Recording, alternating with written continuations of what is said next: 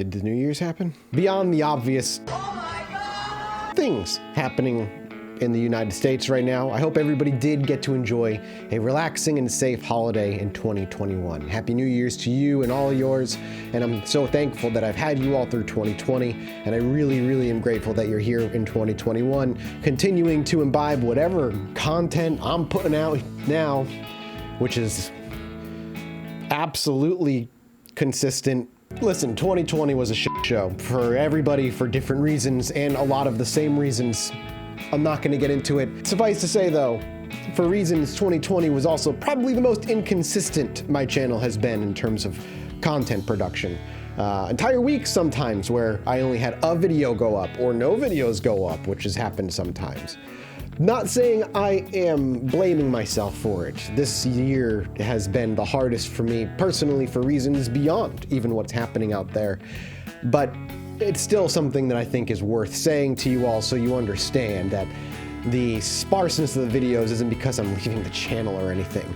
It's just that time, 2020. But it wasn't all bad at all by any stretch, and especially in terms of content creation. While the Mathis channel certainly saw inconsistencies in the videos, other jobs and projects that I've been working on blew up to a degree I was not even remotely prepared for. Chilluminati, we launched the Patreon in 2020. This was the year after doing it for a little over 2 years. This was the year we decided we wanted to see if we could monetize it a little bit. We really wanted to push it forward.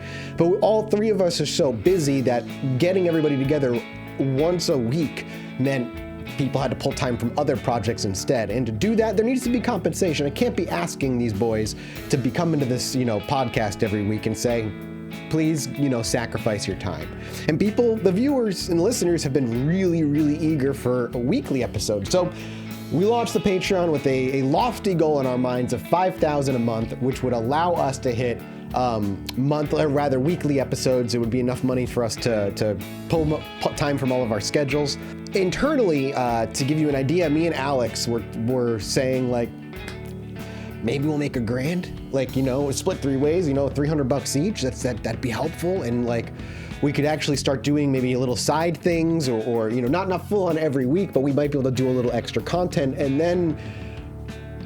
then you all changed my life. I'm not saying I was doing poorly on YouTube before Chilluminati. I was doing enough to pay the bills and make it by, and I wasn't scrambling for money and then I was on the verge of going poor or anything like that.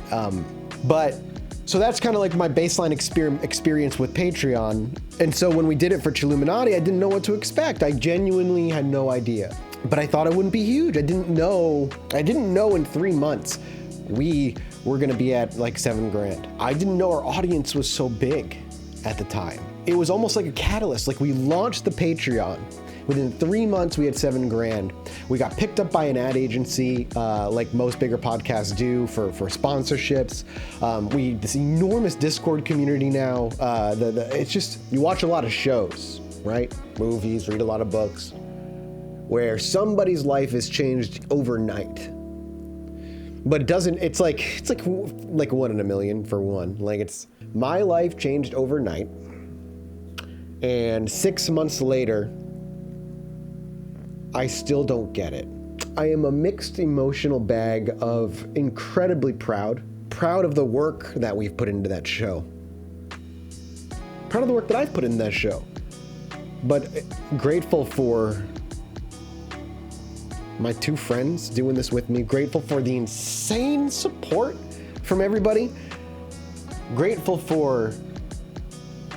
This is what imposter syndrome is. I don't feel like I deserve it.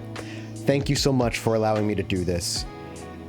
To me, I am just getting to nerd out and talking about weird things that I love with 2 really good friends.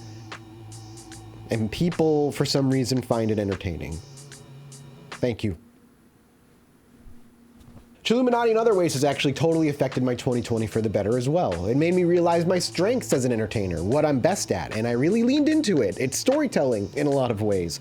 And I heavily leaned into it when it came to the tabletop games, particularly Vampire, obviously. My Sounds of Silence, Silence of Shadows shows over at Roll For It have been, a real thing that I've loved. Go check it out. Roll For It, youtube.com/Roll For It. And in turn, Stitch of Fate podcast, which is season 1 is done. I got to work with people that I love and somebody that I've admired for a long time.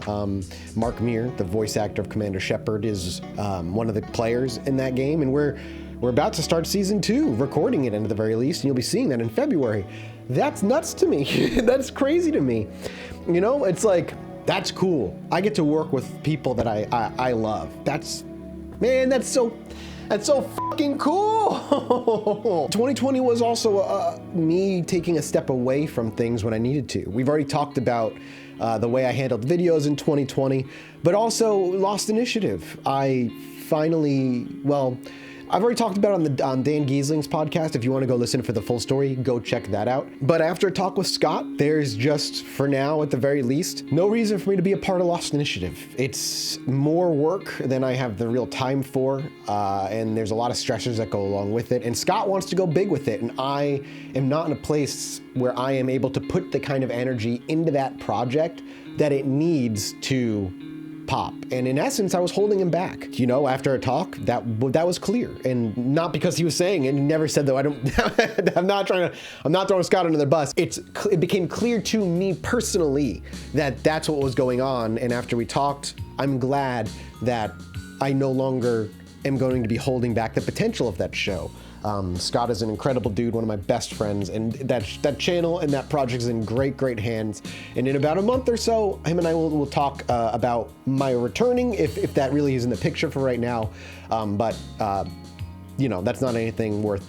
And if you're curious why, and if there's curiosity as to where or why I left, it simply is literally the same reasons the YouTube videos have been inconsistent all year. Too much. The Stitch of Fate podcast was a great little fit because we only got together once a month basically and recorded it for 3 or 4 hours, and that was a month of episodes, and it was such a different kind of feel. And I'm not running the show, I'm not running their Patreon, I'm not part of the business decisions. I am just there as a storyteller, and that is something that's so much easier for me to do. And I think the last thing in 2020 I want to talk about too is we moved Judge Mathis over to the Mathis channel officially. Judge Mathis channel has been, kind of this side project that it's been dead for a couple of years. It's, again, same reasons as always. Again, 2020 was the grand realization that just cutting the Judge Mathis wasn't enough. There was more I needed to cut. But I still loved doing those videos. And a lot of the reason that I ended up kind of leaving it dead is because I very much held myself to a strict every 2-week schedule in that on that channel. And when I missed it and people started asking and begging, it became pressure, right? The technical definition is executive dysfunction. Point is, it became too much pressure, and then eventually as the people and everybody stopped asking, by the time people stopped asking, it had been so long, I felt like I'd already let everybody down, and that coming back now would give people a false hope that I was now back on schedule, when really what I wanted to do was put out a video when it was ready. And bringing it over to the Mathis channel not only gives me that freedom, and kind of unshackles that feeling of every 2 weeks, because that's what the Judge Mathis channel is for. But it also brings everything under a singular umbrella. Notice that the channel is not called Mathis Games anymore. It's simply called Mathis, because everything I do is going to be on here. Chilluminati podcast, the playthroughs, the Let's Plays, what have you, and the Judge Mathis stuff. And we got a couple Judge Mathis out at the second half of 2020. One on a modern game as a review, which did really well. We did a Judge Mathis on a few VR stuff. We did a Judge Mathis on Populous, but I'm not going to push myself and force myself to do it. In the meantime, more editing with Dean. More videos that are going to be all in one giant chunk. More 40 minutes videos that are about 2 hours of recording brought down. Instead of doing a video every day that's 20 minutes long, a part 1, part 2, and part 3, what I want to do more is give you that same storytelling, give you that same tale of a patron who's named after a character in Caves of Khud or what have you, and their entire journey all the way through, but all in one go. A little inspiration from Indie Mouse in that way, taking kind of the idea of that format and trying to interpret that into a more sandbox style narrative. And obviously that requires just doing what I have been doing, just doing it all at once and chopping it all down. So we're gonna see a lot more of that, but it also means you're gonna see not a video every day, just a video when they're done. So probably 2 or 3 videos a week with Chilluminati and so on. I'm okay with that. It seems like people really enjoyed it, and I want to keep going in that direction. Beyond that, the only other thing I want to say is Kenshi Season 3. Me and Dean have talked about it on and off, and now it's simply the setup that I need to get done and knowing where I want the story to end. Because I didn't go into Rust Tilt Season 1 or well, that's a lie. I went into Rust Tilt Season 1 not really knowing what I was gonna do. But once I figured out who the Dust Bandits were, I kind of figured it out. And in Season 2, I knew where I wanted that story to end. So in Season 3, I don't want to go in until I have a general arc, a point A to point B. And then however we get there, the twisted path along the way to that end of a goal will be the story that we tell. The loss of patrons named after characters, building a city and so on. I think you're gonna really enjoy the story. I don't think it's what you're expecting. That's all I really wanna leave it at because I do wanna tell the story. And I think 2021 is the year we will start that. But much like a lot of the content on the channel, fully the same idea. It will all be in one video. It'll be multi-part, but the videos will be more of a chunk of gameplay and fatter, meatier, 40-ish minute stuff. And that's it. That is my goal moving forward into 2021, continuing to take everything we did in 2020 and push it further in 2021. Chilluminati will still be the thing I am focusing on, the thing that is my bread and butter, and the thing that I want to keep growing and making and doing new things. I have a bunch of other podcast spin-off ideas that I might play with, as podcasting is just, I love it. It's just really enjoyable. And with the YouTube stuff, so many cool stories with the games that are out right now. I really want to keep doing Caves of Khud, Kenshi Season 3, Outward and other co-op stuff with Dean, a lot more co-op stuff with Dean.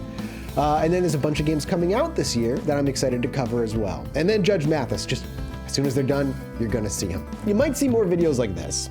More videos, me to you, talking to you about things that I want to cover on the channel. Maybe a video where I talk about tabletop games. Maybe a video where I talk about my vampire campaigns. Maybe a video where I just unbox some of my favorite things that I've picked up for my collection. I don't know. There's a lot of things I want to do. You're gonna see it. Just give me till around February, March-ish. Things I gotta get through. I also because I'm using my phone, I'm wobbling. Thanks for listening, guys. See you in 2021. It's been good.